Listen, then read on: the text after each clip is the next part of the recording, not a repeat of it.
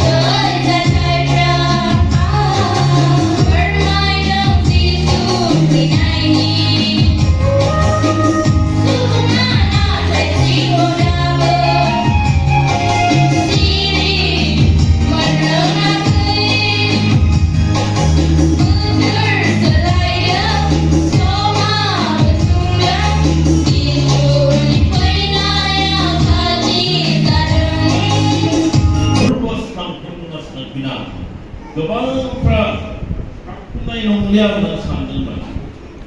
नाथायबा जायफ्रा शिष्यफोरमोन सोलोंग्राफोरमोन गोसोआव दंमोन आं सानदोंमोन होननायखौ बिसोर नेदोंमोन बिसोर मार्था आरो मारियामोन इसोरा बाख्नायजाथों बे दिनै साननि मार्था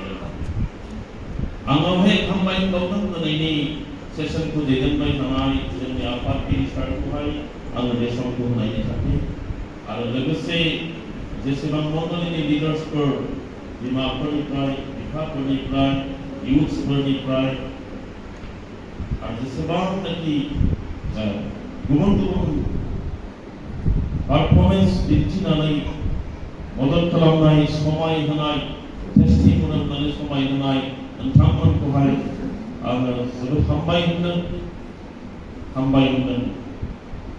बेबायदि बोथोरफोरखौ लानानै जे नोंथांमोनहा इसोरनि राव सोलोंनो जथुमनायाव जोबोद मेहेर गोनां खालामदों बेनिखायनो बे फुंबिलि समावहाय जिसु सिखांफिननायनि मुङै आंनि नखरनिफ्राय आंनि बेक्ति जिबननिफ्राय